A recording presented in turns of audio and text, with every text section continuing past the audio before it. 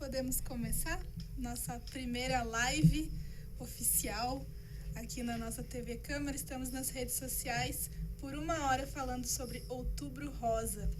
Quem veio participar aqui desse encontro com a gente é o Dr. Xenofonte Mazini. Ele é ginecologista e professor da Unital. E para dar uma ajuda aqui na interação, a gente tem o Júlio Rocha, que é chefe da TV Câmara. Então, sejam bem-vindos. Muito obrigado. Boa tarde a todos. Esperamos poder colaborar um pouquinho com o parco conhecimento que eventualmente a gente possa trazer. Com certeza. E, Júlio, eu quero que você explique para quem está nos assistindo como vai funcionar aí esse esquema de live na nossa entrevista. Esse material exclusivo, né? Por enquanto, para a rede social.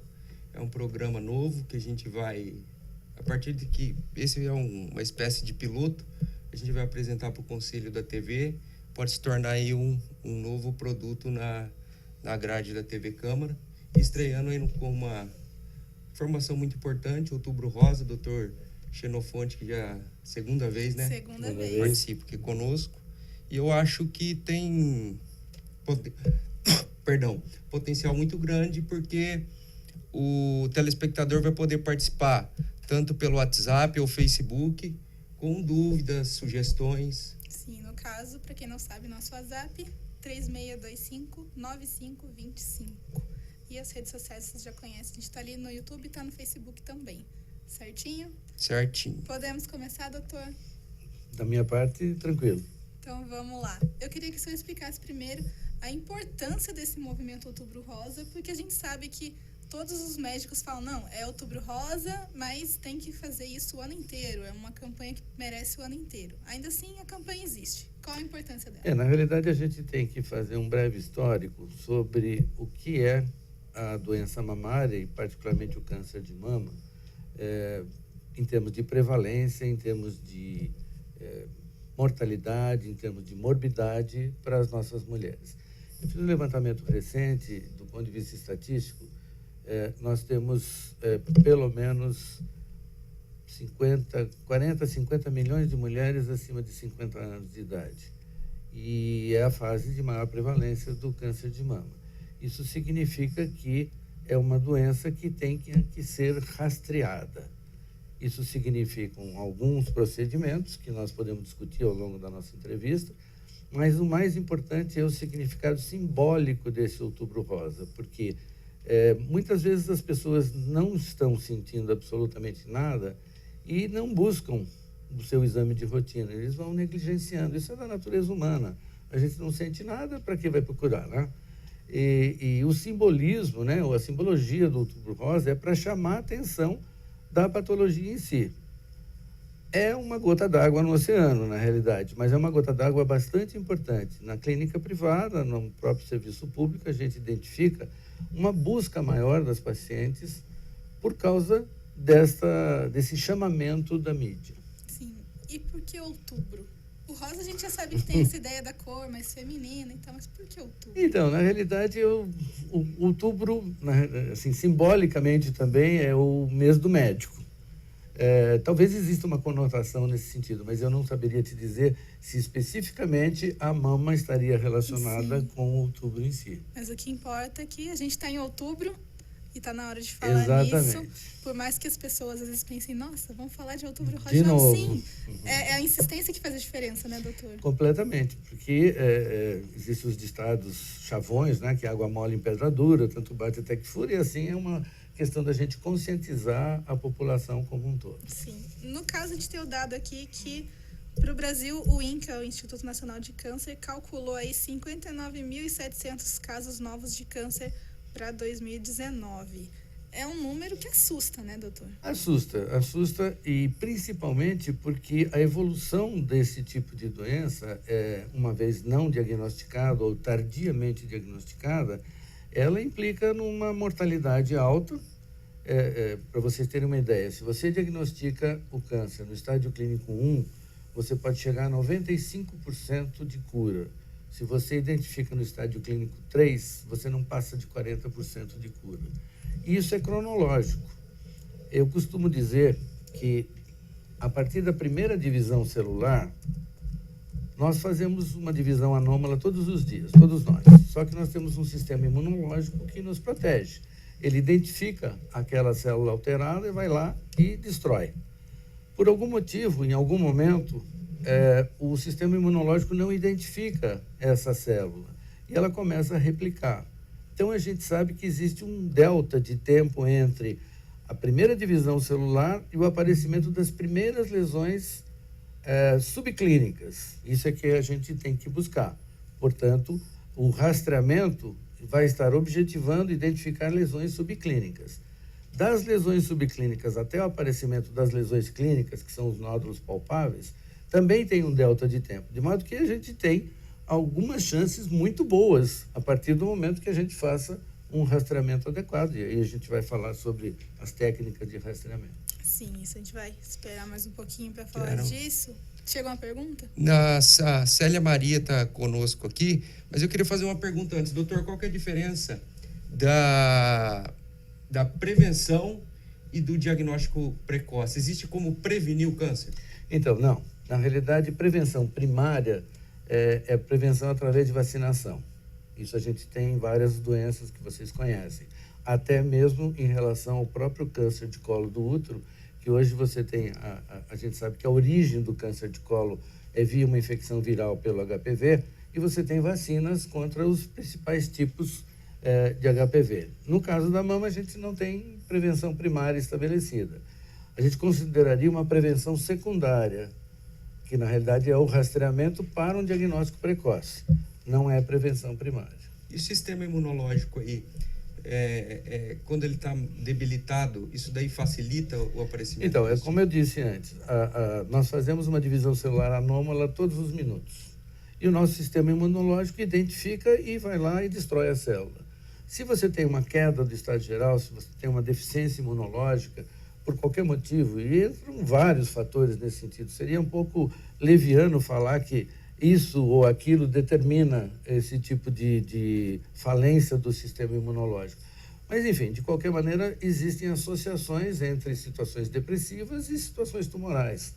Então, a gente tem que ficar atento para ter uma vida saudável. A profilaxia primária seria ter uma vida saudável do ponto de vista de atividade física, alimentar, enfim, hábitos, né? Para você estar bem. Estando bem, as suas chances são maiores sempre, né? Mas então isso vale para qualquer Não, tipo vale de para doença. tudo, vale para tudo. A gente está falando de mama hoje, né? Mas vale para qualquer tipo de doença, óbvio. Então não tem nada específico, por exemplo, coma tal alimento que este é bom para mama. Não, porque não eu lembro, tem. por exemplo, no caso de próstata, parece que tomate tem alguma característica que faz bem. No caso da mama, isso, não. na realidade, tem muito mais especulação do que propriamente identidade científica, né? A gente vive num mundo em que a cultura se faz por ensaios, vamos dizer assim, né? As pessoas criam um paradigma de um determinado momento e ele vira verdade.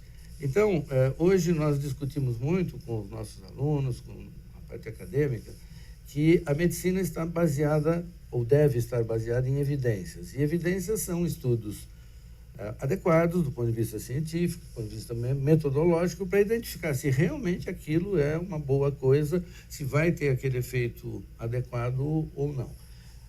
Existem alguns vieses em todos os estudos científicos, por isso que eles têm que ser muito bem avaliados.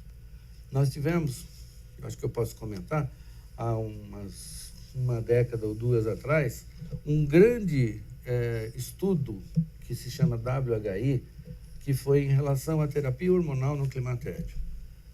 A terapia hormonal é tratamento com hormônio, no climatério é a fase de transição entre a fase reprodutiva da mulher e a menopausa. Esse estudo demonstrou, com uma quantidade muito grande de sujeitos, digamos assim, 16 mil mulheres foram analisadas durante um período longo, de 8 a 10 anos, e eles identificaram um aumento do risco relativo de algumas doenças. Só que os vieses era um grupo que tinha uma idade média, por exemplo, de 62 anos, isso não se aplica a uma mulher de 50. Uhum. Eles usavam 2 tipos de medicamentos, que nós temos no mercado, 10, 15, 20 tipos de medicamentos para aquele tipo de função.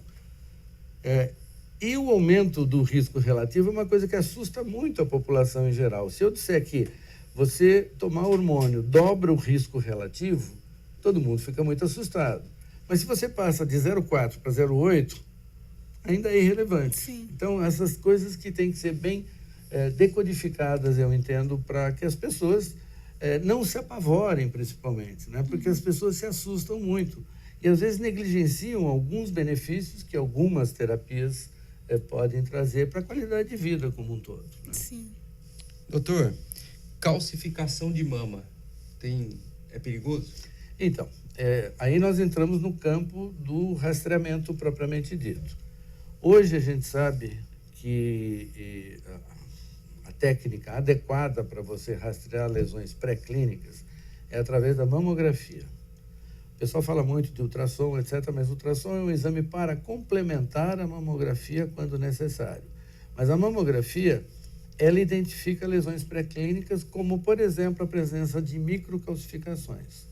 Você tem uma quantidade bastante significativa de características dessas calcificações nas mamas. Normalmente são depósitos de leite. A mama é um órgão produtor de leite. Leite tem cálcio, faz depósito lá nos ductos, nos alvéolos, etc. Só que quando elas assumem determinado padrão, elas podem ser indicativos de lesões de risco. Então, a gente não pode falar, olha, tem calcificação mamária, você tem câncer. Não. Você tem alguns tipos de calcificações que sugerem a presença de patologias neoplásicas. E aí você vai investigar. O tripé é o seguinte: fez a mamografia, identificou a calcificação, amplia radiologicamente aquela área para olhar melhor essas calcificações. Tem características de risco? Faz a biópsia.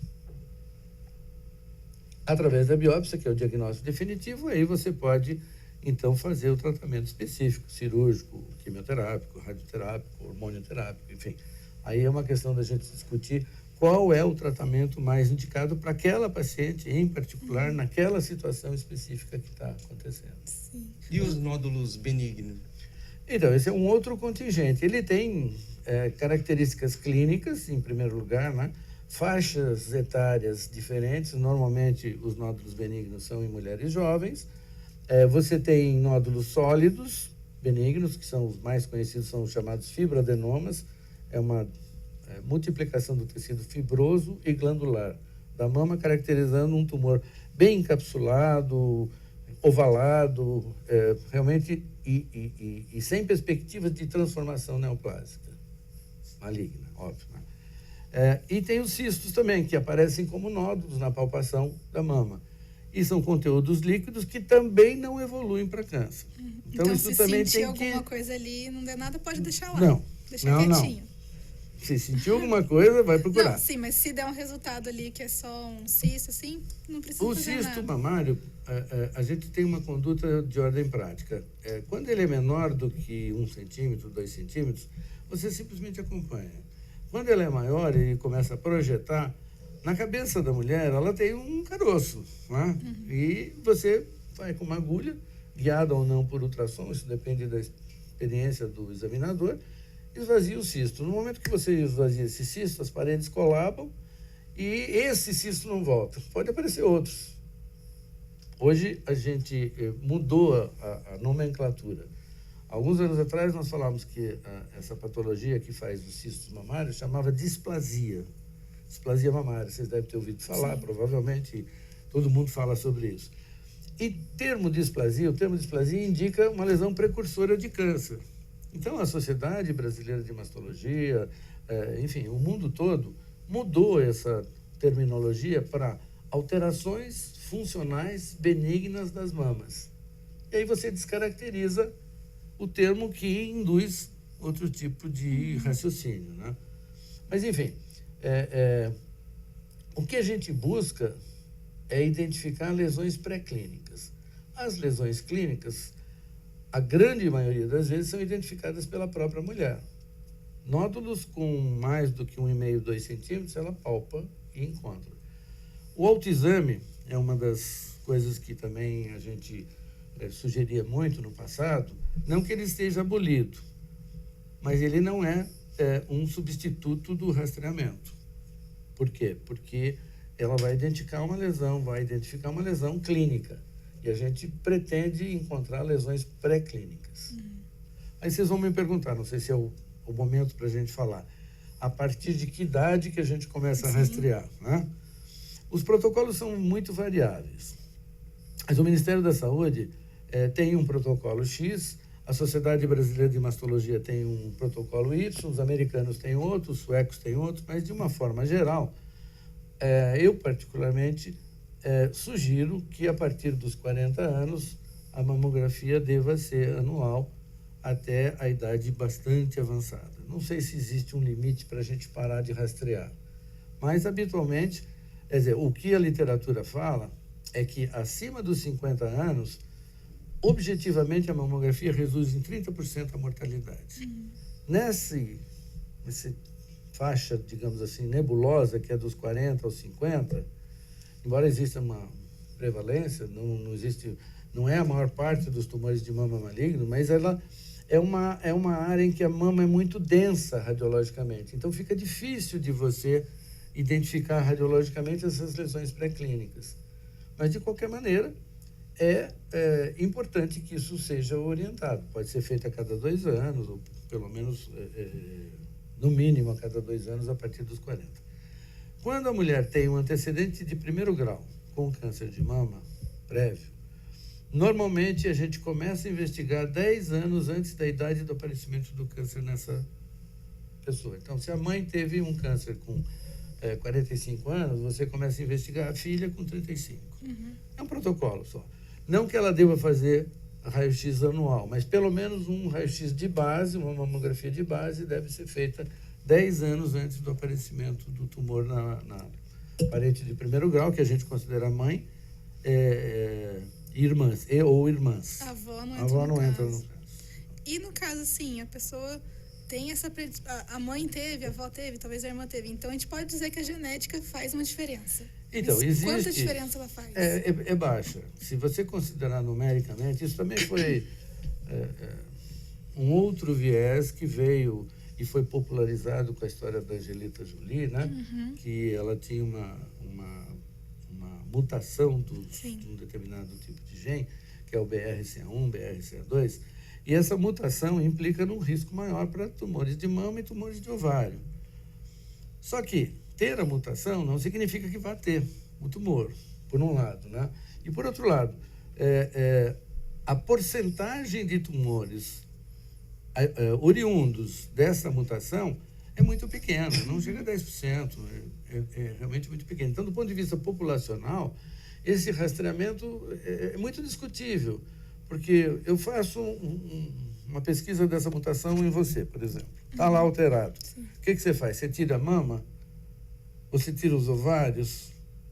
Acho que eu não faria então, isso. Mas eu não tenho a genética. Acho que no caso dela foi que ela teve um trauma, a mãe faleceu cedo. Então, mas é aquela história. O ter acontecido não significa... Agora, nessa situação, eu entendo que o rastreamento deva ser mais cuidadoso. Né? Quer dizer, você tem um antecedente importante, tudo bem. Agora, tudo é uma questão de discussão com a paciente. Eu acho que hoje... felizmente a medicina está muito participativa. Aquela postura de, enfim, dono da verdade, os médicos desceram desse pedestal porque realmente isso não era uma posição adequada. Hoje a gente tem que discutir tudo, conversar com o paciente. Olha, nós temos tanto por cento de risco, temos tanto por cento de possibilidade disso, e negociar o que a gente vai fazer em função disso. E mais do que qualquer coisa, os números têm que ser claros. Porque você pode distorcer, né? A partir do momento que você faz um certo terrorismo, a pessoa... Foi o que o senhor disse, entre o aumentar tantos por cento e aumentar de 0,4 Então, 0,4 para 0,8 dobrou o risco relativo, mas ainda assim é menos de 1%. Então, acho que esse é o caminho. Então, no caso da atriz, foi mais uma decisão psicológica do que realmente fica difícil da gente analisar a distância, né? Sim. Mas a divulgação daquilo assustou muita gente, né? Enfim, a gente tem ainda problemas muito sérios na nossa sociedade, digamos assim, né? E o custo operacional de uma investigação genética dessa daí é muito alto. Então, do ponto de vista populacional, é uma coisa limitada. É a mesma coisa que o ultrassom para rastrear tumor de ovário. os trabalhos mostram que não existe uma relação causal objetiva que vale a pena usar como rastreamento. O que não implica em que a mulher que faça uma consulta e que o exame clínico dela não seja fácil, o médico não busca um ultrassom complementar, entendeu? Sim. Mas se você botar uma coisa é atendimento básico, outra coisa é atendimento populacional, então são situações diferentes que o sistema, né, o Estado tem que se proteger, porque dá para fazer mamografia em 50 milhões de mulheres? Dá, né? Não dá. Então vamos estimulá-las a buscar. Se você imaginar, eu vou fazer um paralelo. Vocês têm ideia de quantas mulheres percentualmente fazem exame de Papa Nicolau, o exame preventivo? Não chega a 20%. É uma doidice, né? E isso está mais do que consagrado como um rastreamento há 30, 40, 50 anos atrás. Nós temos algumas situações pontuais. Nós vivemos num estado, particularmente numa cidade, que tem um serviço público muito bem montado. Então, a gente tem disponibilidade de médico para praticamente 100% da população taubatiana. Se você for para o interior da Bahia, por exemplo, isso não é uma verdade, né? Então, você tem que realmente agir de acordo com o meio que você está, né? Então, falando nesse meio Taubaté, como que a gente está aí nesse mapa do câncer de mama? Então, o mapa do câncer de mama em Taubaté, quer dizer, o câncer está aí, né, gente? Sim. Isso a gente sabe. Nós temos no serviço público um atendimento primário, que é feito pelos ambulatórios, né, pelos postos de saúde. Existem os protocolos que foram instituídos dentro dos ginecologistas da rede, então eles sabem e fazem que a partir de tal idade começam a fazer a solicitação dos exames e em função desses resultados eles fazem o encaminhamento. Nós temos 2 serviços, um no próprio hospital universitário, o outro na Casa da Mãe Taubatiana, no próprio serviço público, com especialistas de mastologia para darem continuidade ao tratamento. A partir do diagnóstico, aí você vai para o tratamento complementar. Sim. E o senhor acha que as mulheres daqui seguem essa linha nacional de fazer menos exames do que deveriam?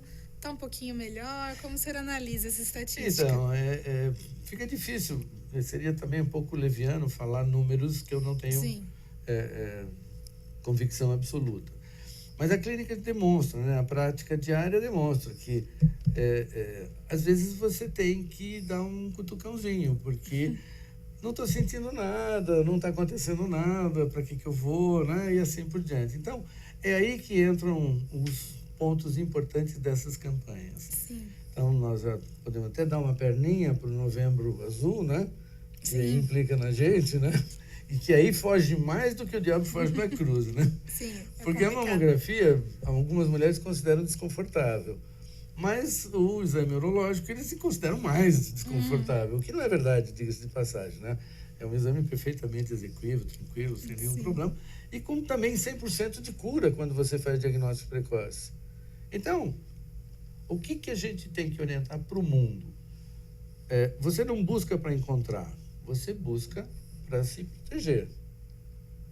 Então, fazer um diagnóstico precoce significa viver.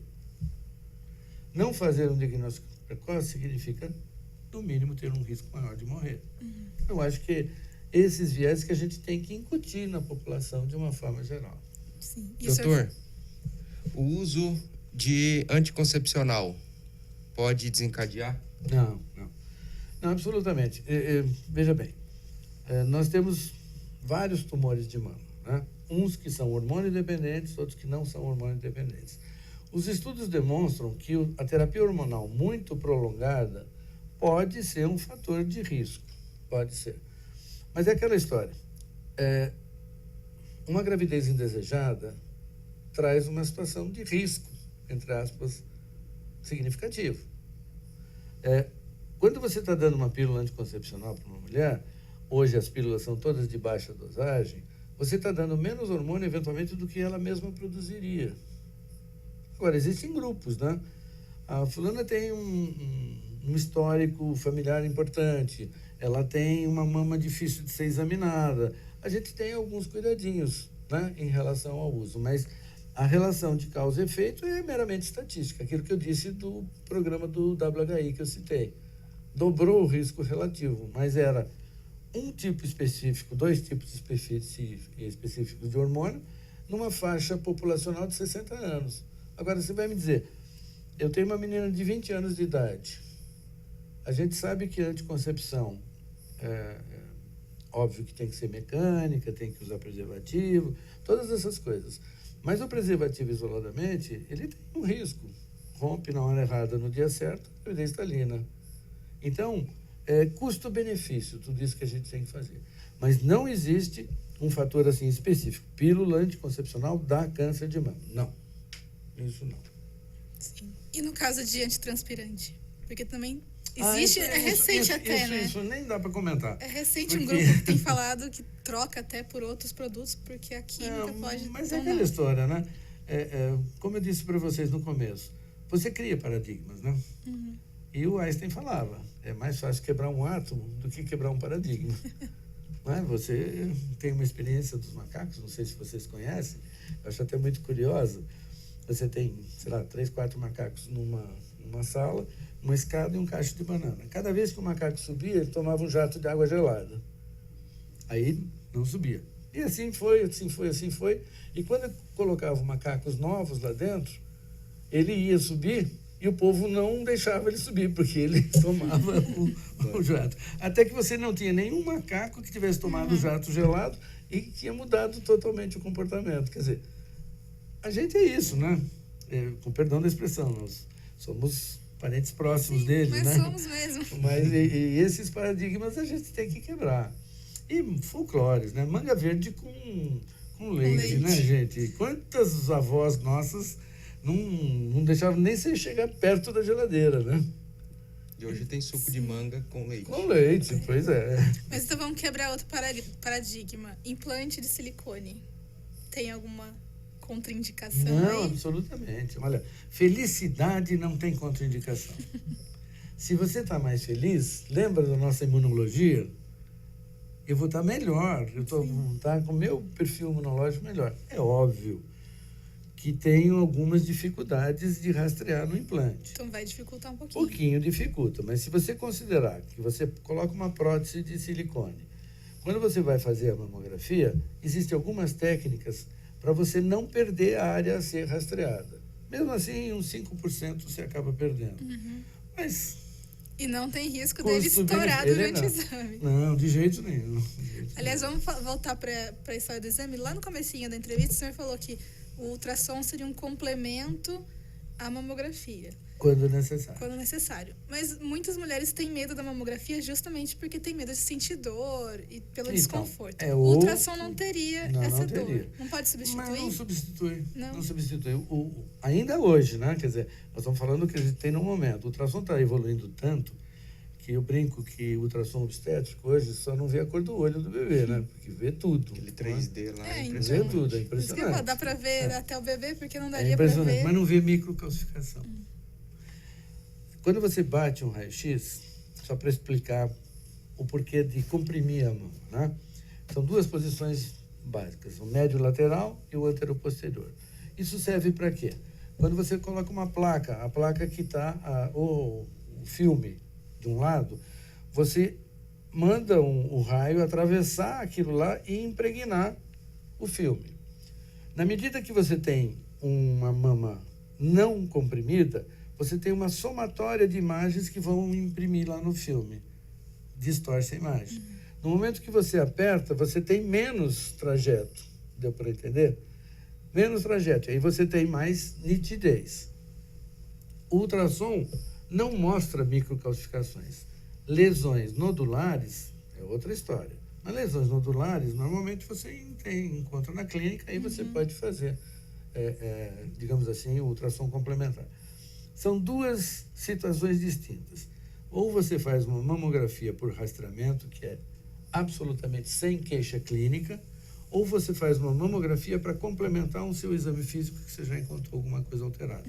Uma retração, um desvio de papila, uma área nodular. E aí, tanto faz, não, mas você faz a mamografia e faz o ultrassom também. Agora, infelizmente, o ultrassom ainda não substitui a mamografia. Sim. No caso do diagnóstico clínico ali, que percebe que tem alguma coisa estranha. Quando tem um nódulo... Tem um nódulo que dá para palpar. Tem outros sintomas que o médico observa Então, ali? Infelizmente, e eu falo isso de uma forma até um pouco triste, né? Infelizmente, o câncer de mama é assintomático. Ele, quando dá sintomas clínicos, ele não dói, ele não faz nada, ele simplesmente vai aparecendo. Você, quando identifica o sintoma clínico, é o tumor já mais avançado. Então, quando dizem nas matérias, na internet, quando falam que às vezes tem alguma assimetria, alguma secreção, então já Mas é um tá mais tumor já mais avançado. avançado. Secreção papilar, por exemplo. Só tem 2 tipos de secreção papilar que implicam em algum tipo de risco. Uma é uma secreção hídrica, que ela é tipo água de rocha, e unilateral, em geral, uniductal, em geral, porque tem vários pontinhos de ducto nas papilas. Quando você faz... a expressão é outra história que a gente pode discutir depois, mas quando sai a secreção e saem um monte de furinhos ali, em geral é patologia benigna. Quando ela é uniductal e unilateral, hídrica ou hemorrágica. São as 2 condições que podem sugerir um carcinoma ductal ou papiloma intraducto, que tem risco de câncer, etc. Mas, via de regra, a mulher procura por dor. E a gente brinca, olha, tá com dor, não tá com nada, porque não tem a ver com câncer. Então, dor pode tem ser a ver outra com coisa. aquelas alterações funcionais benignas das mamas. Doutor, voltando à calcificação, o que é a calcificação? É alguma coisa que o sistema imune Não, combateu? é um depósito de cálcio. E por que ela é tão... Porque, veja bem, na medida que você está tendo a alteração de divisão celular, a metabolização e tudo mais, existe todo um metabolismo ali, e que cria esse depósito de cálcio. E ele tem algumas características, eles são microcalcificações agrupadas, pleomórficas, que são diferentes uma das outras, no trajeto ductal, tem uma série de coisinhas, mas basicamente o tumor faz com que haja um depósito específico de cálcio nessas situações. Isso daí então já é o resultado... da atividade tumoral. Tá. Por isso que muitas mulheres ficam preocupadas, que às vezes uma calcificação em outra parte do corpo não tem nada a ver. Não tem nada a ver. Calcificação é como um rastreamento para patologia neoplásica maligna, é na mama.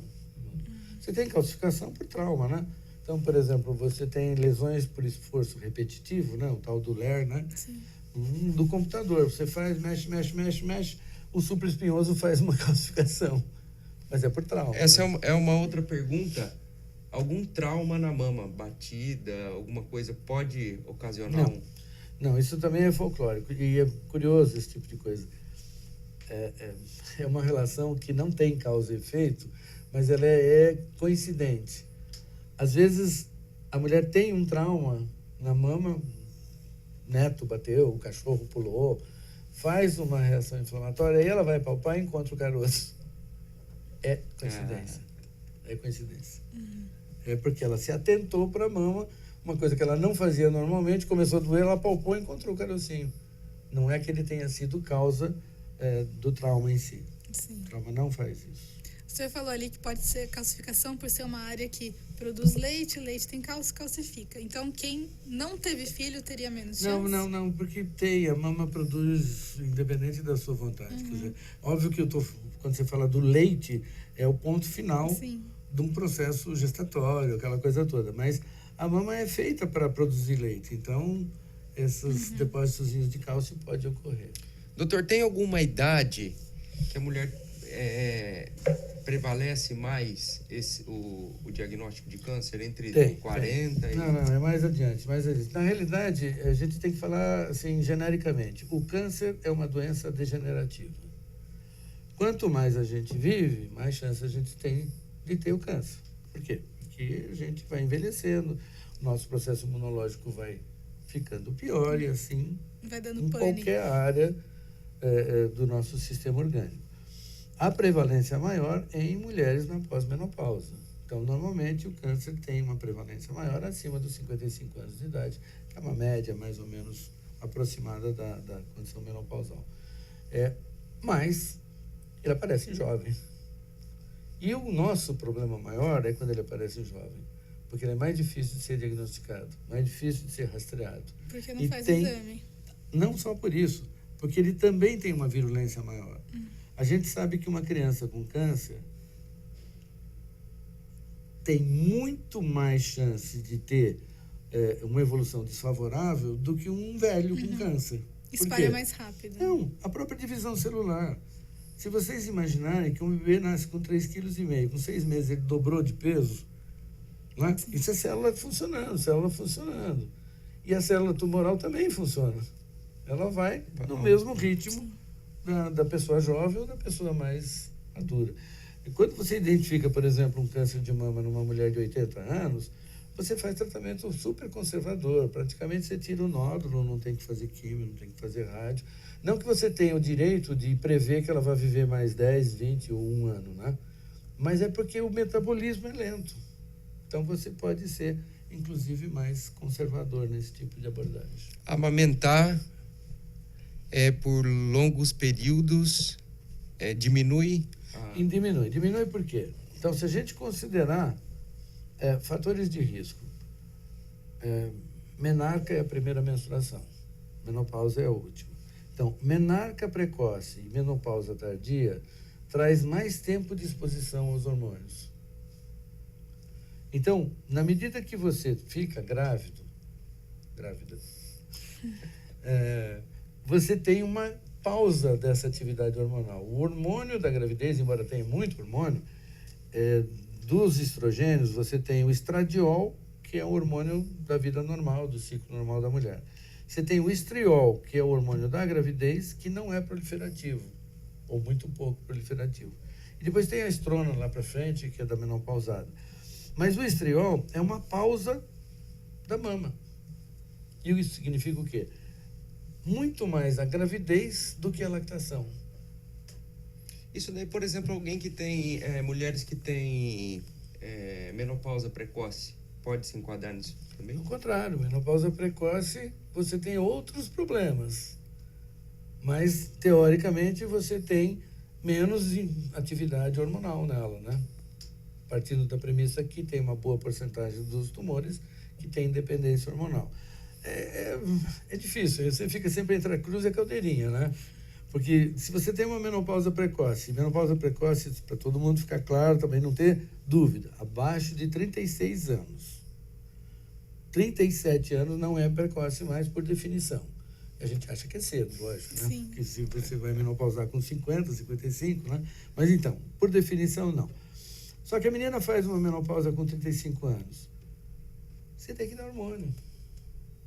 Você tem que dar hormônio para ela, porque a falta do hormônio natural dela aumenta risco de cardiopatias, de coronariopatias.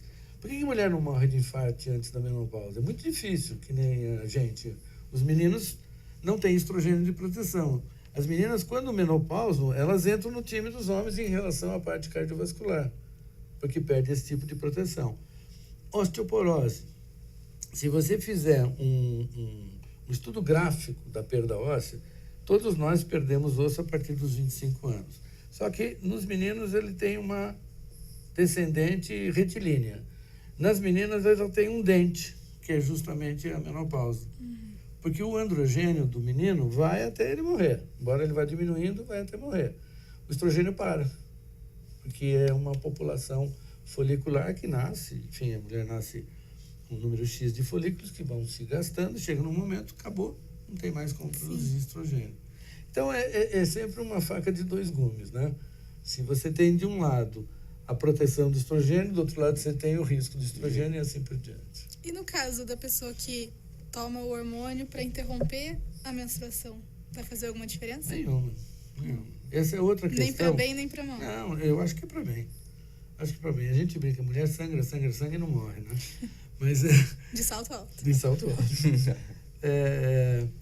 A pílula anticoncepcional, ela foi idealizada na década de 60, mais ou menos, se eu não estou enganado. E veio, evidentemente, para resolver um problema, enfim, social, sexual, dos seres humanos, né, de uma forma geral. Mas, quando ela foi idealizada, você poderia imaginar que na década de 60 você falasse para uma mulher, olha, você pode ficar sem sangrar, que não tem problema? Ninguém aceitava. Então ela foi criada sequencialmente, com ciclos de 21 dias, para sangrar com 28, 28, 28, para mimetizar um fluxo fisiológico. Porque, na realidade, até é bom que se diga, a mulher que toma a pílula não menstrua, ela sangra, porque você para de dar. E hoje, a anticoncepção estendida, que é você fazer contínuo, menstruação é chata, né, gente? Fica entre nós, né? Perde sangue, aumenta o risco de anemia, tem cólica. Parece que aumenta até risco para câncer no colo do útero, né? Não, Já vi uma coisa assim. Isso não. Mas não tem nenhuma sustentação científica, não. Mas, enfim, eu diria que tem também lá pelos idos de 80, 70 e tantos, que tem um ginecologista aqui no Brasil, que todos, pelo menos já ouviram falar, que chama um baiano, Alcimar Coutinho. Ele já preconizava o bloqueio menstrual. Não tem muito a ver com o Outubro Rosa, né, gente? Mas tudo bem, né? Ele preconizava. E ele escrevia um livro para leigo. Isso não é merchandising, viu, gente? Porque eu acho que nem tem aí mais para vender. Mas era assim, menstruação, a sangria inútil. Então, para complementar e trazer junto a questão do câncer de mama. Independe de você usar ciclicamente ou continuamente o anticoncepcional. Entendi. Falar agora de tratamento. Doutor, nos últimos anos, houve uma evolução no tratamento das doenças? Gigante. Eu particularmente, posso me citar, né? Eu faço mastologia desde 1974. 73, foi a época que eu fui treinado. A gente fazia cirurgias ultra radicais. Você tirava a mama, tirava o grande peitoral, tirava o pequeno peitoral, fazia esvaziamento axilar por tumores de 1 centímetro, por exemplo. Não estou nem falando de tumor avançado, estou falando de tumores em estágio inicial. Isso foi sendo modificado. Então, da cirurgia ultra radical, que é uma cirurgia chamada de Urban, que até abria o tórax e tirava os linfonodos de dentro da cadeia da mamária interna. Você vê que loucura que era. Depois passou para o Halsted, que era mastectomia radical, tirava os 2 peitorais e a axila.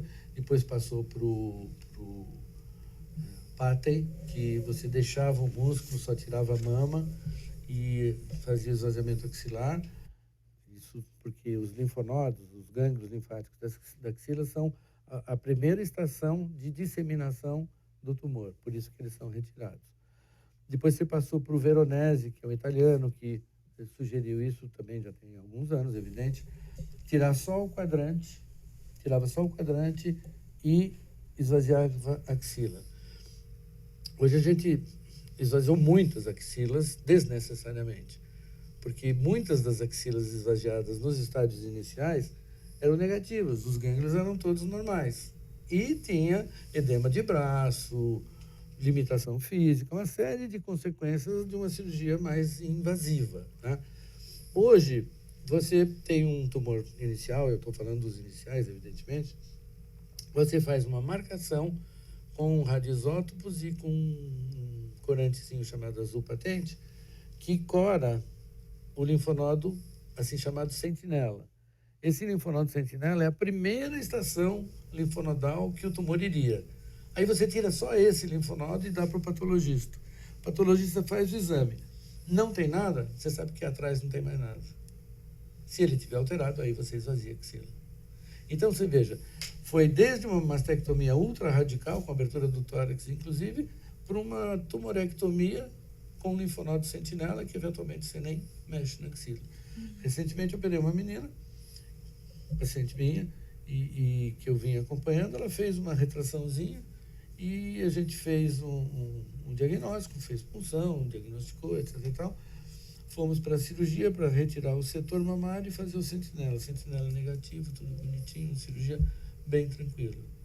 Isso tem muita gente que chama de cura e tem gente que chama de sobrevida. Qual que é a diferença? Então, a Organização Mundial de Saúde prevê o termo cura para 10 anos de sobrevida.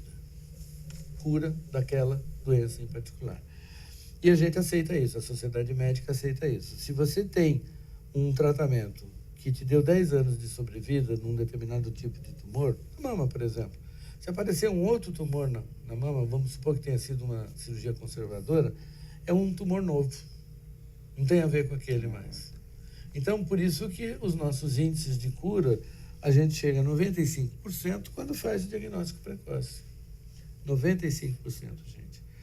Se parte de um tumor maior do que 2 centímetros, isso cai para 50%, 60% no máximo. Sim. É muita diferença. Né? Muita diferença. E no sentido psicológico da mulher, quão importante é ela ter esse apoio também? Porque mexe com a autoestima da mulher passar por um câncer desse. Sim, mas qualquer situações de risco maior, né, mexem com todos nós. O problema da mama, não é um problema da mama, mas é assim, a mama é um órgão exposto, é um órgão superficial, que se, eventualmente, você tem que fazer uma mastectomia, você está fazendo uma mutilação, né? É uma mutilação aparente. Porque quando você opera, por exemplo, um útero, você abre a barriga, tira o útero, fecha a barriga, ninguém vê. Ela não sente, não acontece nada. Sim. Mas a mama não. E isso veio trazendo também uma mudança de comportamento. Há, sei lá, 30 anos atrás, você fazia uma mastectomia e nem pensava em reconstrução. Depois começamos a fazer reconstrução tardia. Você operava, tratava o câncer, radioterapia, químio, o que fosse necessário. Depois de 2 anos, você fazia a proposta de reconstrução mamária. Hoje a gente reconstrói no momento da cirurgia. Então, o impacto psíquico é menor. Sim. Embora sempre tenha que conversar com a paciente da seguinte forma: você está tirando uma mama doente, vai colocar uma prótese que não é exatamente a mesma coisa que a sua mama original, mas é muito mais do que ficar sem nada, né? Sim. Porque às vezes fica na cabeça dela, nossa, eu estou tirando a mama e colocando uma coisa aí que não tem nada a ver, né? Só que tem a ver, né? Enfim, é uma parte que tem que ser muito discutida. Na realidade, hoje a gente entende que medicina, de uma forma geral, né? Quanto mais você discute, quanto mais você explica, quanto mais você esclarece, tanto melhor é a evolução de tudo. Sim. De tudo. O senhor acha que os números estão aumentando de casos porque estão procurando mais, indo mais atrás, ou tem algum outro fator externo Então, aí? isso é uma outra discussão, assim, que cabe horas para a gente discutir, né? Nossos hábitos estão mudando. Então, por exemplo, aquilo que você falou. Mulheres hoje têm menos filho. O filho é um mecanismo de proteção. Antigamente, nossas avós tinham 10 filhos. Hoje, quando muito, o casal tem 2 ou 3, estourando o terceiro, já fica todo mundo maluco, né? Então, quer dizer, são alguns fatores. Hoje a gente tem muito mais química, hoje a gente tem muito mais gordura, a gente tem muito mais ociosidade, tem uma série de coisas, muito mais estresse. Então, tudo isso entra no pacote dos riscos. Agora, também estamos fazendo mais diagnóstico. Né? Ainda bem. Ainda bem, ainda bem. Porque uma coisa que a gente observa, e isso é concreto, não tenho números exatos, mas os tumores mais avançados estão diminuindo, porque as mulheres estão procurando antes. Isso é muito bom. O mesmo tratamento e o diagnóstico do serviço público e particular, o tratamento e diagnóstico do serviço público e particular é o mesmo? É o mesmo, sim, é o mesmo. Hoje a gente tem a ciência está universalizada. O que o pessoal faz em Houston, no Texas, que é um centro oncológico de excelência, a gente faz aqui em Taubaté. Tem algumas limitações? Tem, lógico, a gente é um pouco mais pobre, né? As próteses não são tão disponíveis assim, mas hoje mesmo dentro do serviço público você pode fazer reconstrução mamária. É um pouquinho mais complicado, porque existem alguns entraves ainda. Mas, do ponto de vista oncológico, é a mesma coisa. Nós temos criado, e isso vai uma crítica pessoal, viu, gente? Isso é o Xenofonte que está falando, eu assumo isso para quem quiser ouvir. Foi criado um sistema de referência para câncer no Brasil, que se chama Sistema Hebe Camargo. No papel é lindo. A Suécia faz isso há décadas. Em uma cidade próxima, praticamente na região de Estocolmo, ela canaliza todos os cânceres de mama do país inteiro. País assim, né? Dá para fazer isso. Aqui, qual era a proposta do sistema Hebe Camargo? Eu faço um diagnóstico, por exemplo, de um tumor maligno no hospital universitário, eu insiro essa paciente dentro do sistema Hebe, ela é convocada para um centro de referência para fazer o tratamento especializado. E são centros maiores, óbvio, né? Que estão preparados para esse tipo de coisa. Qual que é o óbice dessa história? Tem uma fila, às vezes você tem a paciente que está precisando fazer quimioterapia aqui, entra no sistema, vai fazer quimioterapia em Guarulhos, então tem que ser transportada para lá e para cá, com todos os eventuais desconfortos que esse tipo de tratamento pode trazer. Então fica... eu posso te dizer que o serviço público trata da mesma forma que o serviço privado. Por exemplo, o medicamento da quimioterapia é o mesmo? É o mesmo. É padrão? Esse é disponibilizado pelo sistema público. Na realidade, não tem tratamento quimioterápico particular aqui entre nós, porque os custos são tão elevados e todo mundo tem ou o SUS ou um sistema complementar de saúde, porque os protocolos são realmente muito onerosos. E é o SUS... Mas é a mesma coisa, a mesma coisa. O remédio que você tem aqui, você tem lá, enfim, sua paciente tem isso disponível. Imunoterapia. Ixi, essa é uma história comprida. Eu acho que caberia a gente conversar muito sobre imunoterapia. Ainda não é operacional do ponto de vista assim, público, generalizado. Hormonioterapia, sim. Hormonioterapia. Naqueles assim chamados tumores hormonio-dependentes, você usa inibidores da produção dos estrogênios e dos progestogênios, e aí você tem uma proteção. Normalmente, por exemplo, você tirou um tumor, tratou, etc. Tal, fez quimio, rádio, o que foi necessário, e esse tumor tem um estudo imunistoquímico. Entra na sua pergunta na beiradinha, assim. E ele tem receptores positivos para estrogênio e progesterona. Então, você está indicado, dá um medicamentozinho, que é um comprimidinho por dia, nos próximos 10 anos. Esse é a hormonioterapia. Essa é a hormonioterapia. Mas é através do estudo imunohistoquímico do tumor que você chega nisso. Agora, o mecanismo imunológico, com medicamentos para estimular a imunologia, etc. tal, ainda não é um consenso. Mas parece que é uma luz no fim da estrada. Que isso daí a longo prazo poderia diminuir bastante Então, se você pudesse identificar realmente, por exemplo, essas alterações gênicas, que a gente pudesse interferir antes disso, sem ser mutilador, pode ser que fosse uma perspectiva. Mas ainda não é protocolo em nenhum serviço de mastologia. Aí, nesse caso, não teria nenhum tipo de invasão. A teoricamente não, teoricamente não. Pessoa... É mais ou menos como você faz para... muito tempo atrás, você diminuía as crises de herpes através de um medicamento, que era inclusive um vermífugo, que você fazia um protocolo de estimulação imunológica, e para quem tinha herpes todo mês, por exemplo, passava a ter a cada 6 meses, 1 ano. Você não resolve, mas você minimiza as consequências da coisa. Em termos de câncer, ainda a gente está no começo.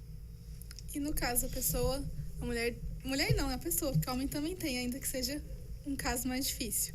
A partir do mas tem, o homem também tem câncer de mama. Sim, muito mais grave. É mais grave? É mais grave mas é mais fácil mama, de achar, né? não é? Não, você acha quando já está invasivo, porque você não rastreia o homem. Não dá para fazer mamografia. Você não faz lesão, não identifica a lesão pré-clínica.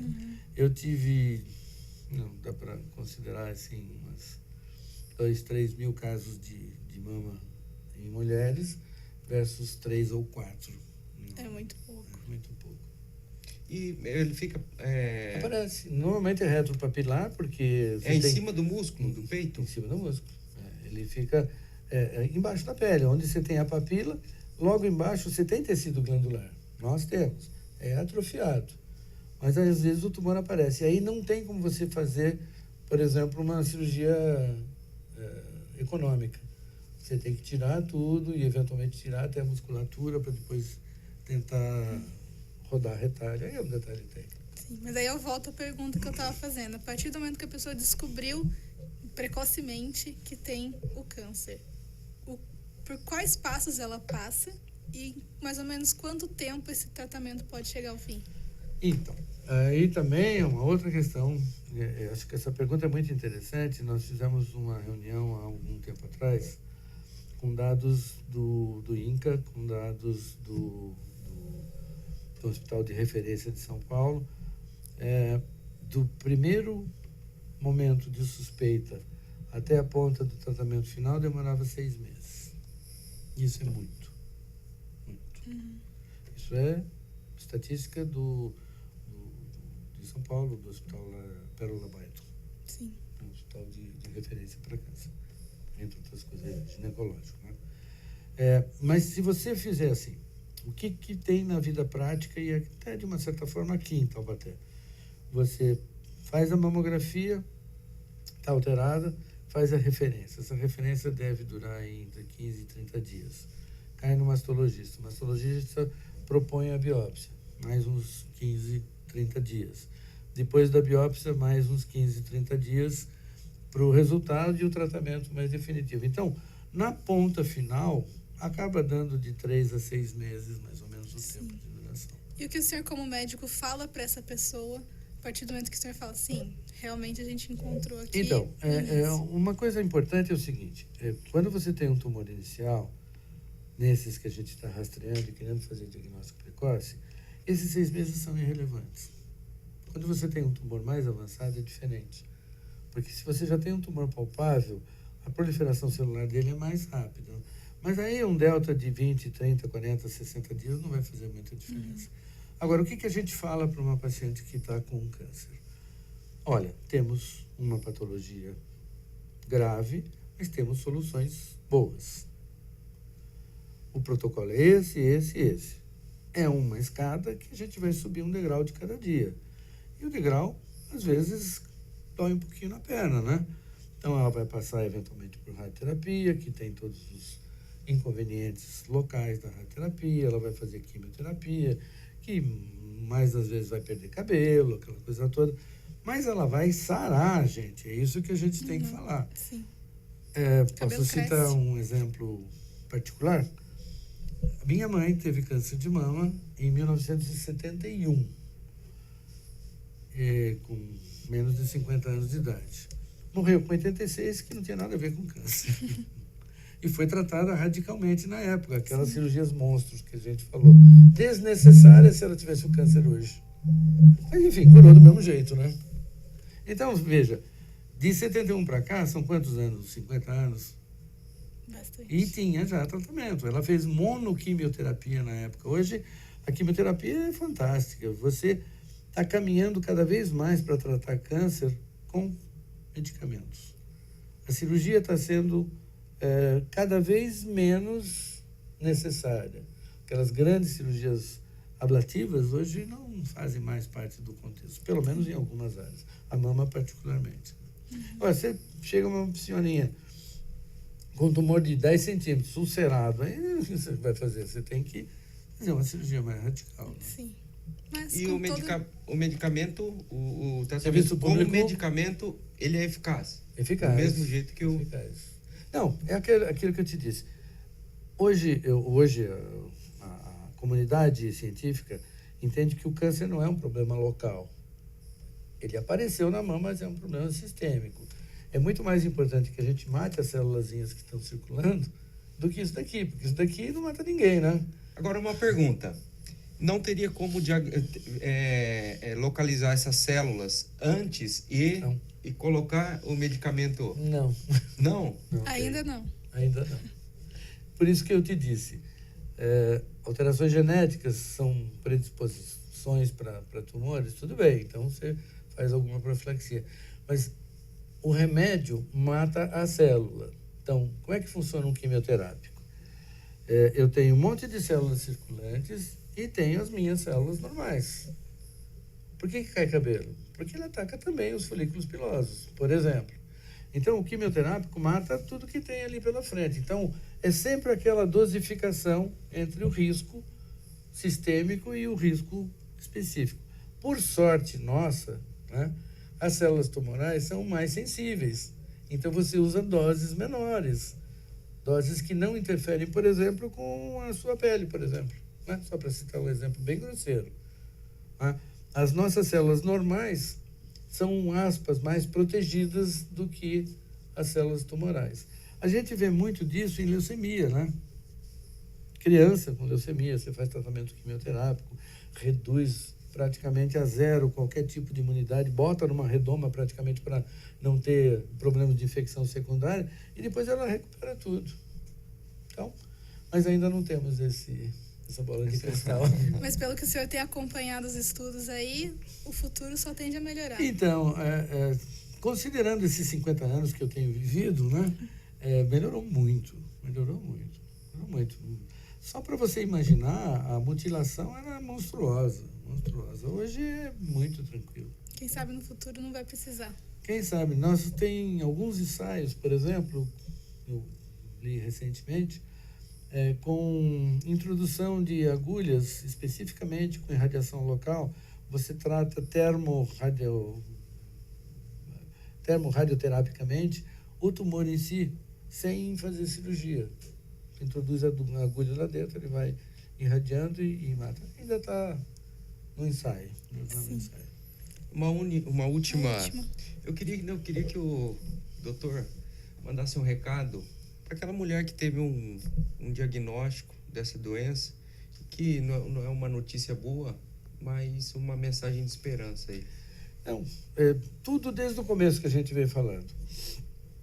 Nós não queremos ter nada, né? É que nem seguro de carro, gente. A gente paga seguro de carro para não bater o carro, né? Não é verdade? Mas quando bate, conserta. É mais ou menos a mesma coisa. A gente faz o rastreamento para não achar. Mas quando acha, conserta. E, gente, de verdade, diagnóstico precoce, a gente não fala em números de 100% em medicina, porque aí seria leviandade. Mas 95%, gente, 5%, em cada 100, 5 não vão ter um bom resultado. O que é muito pouco. Lógico que para aquele indivíduo que cai ali, é muito. Mas, no geral, a gente tem que pensar no positivo. A ciência traz para nós alguns benefícios. Na década de 50, a nossa faixa etária média de mortalidade era 52 anos. Hoje é 76, gente. E isso veio do quê? Evolução, conquista, qualidade de vida, enfim, todas essas coisas. Então, o que eu falaria para aquela mulher que está vivendo, neste momento, uma trajetória de tratamento do seu câncer de mama? Não se desespere, porque tem solução. E, principalmente, encarar essa solução. Encarar, ou seja, muitas vezes, não quero tratar porque eu já estou perdido, eu já não tenho o que fazer. Isso não é verdade. Tem que realmente encarar o tratamento, por mais difícil que seja essa escada que a gente vai subindo, mas você consegue subir. Eu acho que isso é o básico. E por isso que a gente está no outubro, né? Para estimular essa busca, enfim. E se não der para fazer em outubro, faz em novembro. Novembro, dezembro, janeiro, etc. Tal. Olha, uma coisa que eu sempre falo para as minhas pacientes é o seguinte: usem datas cabalísticas. O que são datas cabalísticas? Alguma coisa que te chama a atenção. Bom, eu faço aniversário em julho. Pronto. Todo mês de julho eu vou fazer o meu rastreamento. Por que não? Primeiro que não congestou no sistema, né? Porque se todo mundo resolve fazer no mesmo dia, fica difícil, né? Sim. E às vezes você vai procurar um serviço para fazer, está lotado. Isso já pode te desestimular para ir no outro dia. Então, escolham datas cabalísticas. Aniversário do filho, o próprio aniversário, qualquer coisa, descobrimento do Brasil. Né? Pegar as férias ali. Pegar as férias. Não, as férias não, vai. Então é isso, doutor Xenofonte. Eu agradeço muito a participação do Imagina. senhor. Nossa primeira live aqui, eu acho que foi bacana, deu para dar um bom resultado aí. A gente agradece as pessoas que participaram. Quanto mais gente participar e mandar pergunta, melhor ainda. E quando mandar a pergunta, colocar o nome pelo WhatsApp, porque só aparece o número do telefone. Daí Manda o não nome. pode dizer, A gente não pode divulgar seu telefone. Não, então, telefone não. Pode falar o final, né? Pois é, também. Final 45. Pelo menos o primeiro nome, que é bacana a gente se identificar aqui. A gente se conhece um pouquinho melhor também. Então é isso. A gente ainda volta. Quem sabe aí com a próxima live. Fica atento nas nossas redes sociais. Obrigada de novo, doutor. Imagina. Você que nos assiste, faça o exame, né, doutor? Isso aí. E disponha, sempre que for necessário, que vocês tenham interesse, a gente tem o maior prazer em divulgar o que a gente pode fazer pela comunidade como um todo. E a gente espera que a cada visita do Dr. Xenofonte ele traga mais boas notícias pra gente. Esperamos também. Com certeza. Então, obrigada, gente. Tchau, tchau. Até a próxima. Até logo.